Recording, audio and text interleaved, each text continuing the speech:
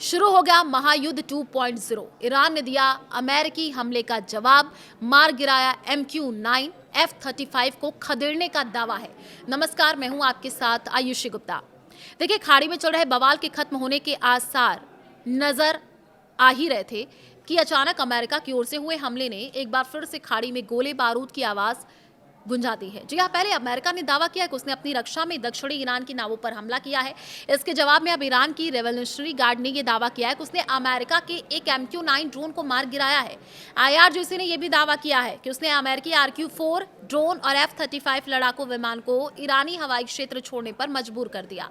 Tasnim news agency के मुताबिक IRGC ने अमेरिका को चेतावनी देते हुए कहा है कि अगर युद्ध विराम का उल्लंघन हुआ तो ईरानी जवाबी कार्रवाई करने का अधिकार सुरक्षित रखता है। इस बीच ईरान के सर्वोच्च नेता मुस्तफा खामेनेई ने खाड़ी देशों और अमेरिका को लेकर के बड़ा बयान दिया है। उन्होंने कहा कि अब खाड़ी क्षेत्र के देश अमेरिकी सैन्य ठिकानों के लिए ढाल का काम नहीं करेंगे।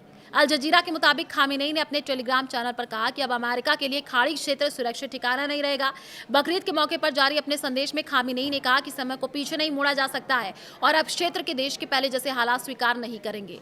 ईरानी सरकारी टीवी और AF की रिपोर्ट के मुताबिक उन्होंने ये भी कहा है कि अमेरिका का प्रभाव पश्चिम एशिया में लगातार कमजोर हो रहा है और हर गुजरते दिन के साथ उसकी स्थिति पहले से कम होती जा रही है। हमलों के साथ वार्ता भी जारी है। इस बीच ईरान और अमेरिका के बीच युद्ध रोकने को लेकर के बातचीत भी आगे साफ तौर पर बढ़ती दिख रही है। रॉयटर्स की रिपोर्ट के मुताबिक ईरान के विदेश मंत्रालय के प्रवक्ता इस्माइल बधाई ने यह कहा कि 14 बिंदुओं वाले समझौते ज्ञापन पर कई मुद्दों पर सहमति बन चुकी है। हालांकि अंतिम समझौता अभी दूर है। बताया जा रहा है कि बातचीत का मुख्य फोकस युद्ध रोकना है, अमेरिका की नौसैनिक नाकेबंदी हटाना है। इसके बदले ईरान स्ट्रेट ऑफ हॉर्मुज में जहाजों की सुरक्षा आवाजाही सुनिश्चित करने के लिए कदम उठा सकता है।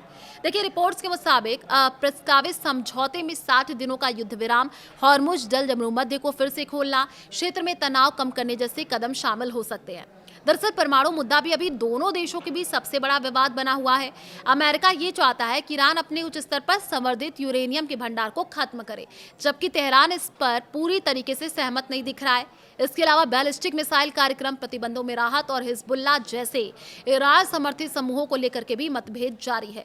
रॉयटर्स के मुताबिक अगर ईरान की सुप्रीम नेशनल सिक्योरिटी काउंसिल इस समझौते को मंजूरी देती है तो इसे अंतिम कृति के लिए मुस्तफा खामेनेई के पास भेजा जाएगा। वहीं अमेरिकी अधिकारियों का ये दावा है कि खामेनेई पहले ही समझौते की व्यापक रूपरेखा को समर्थन दे चुके हैं।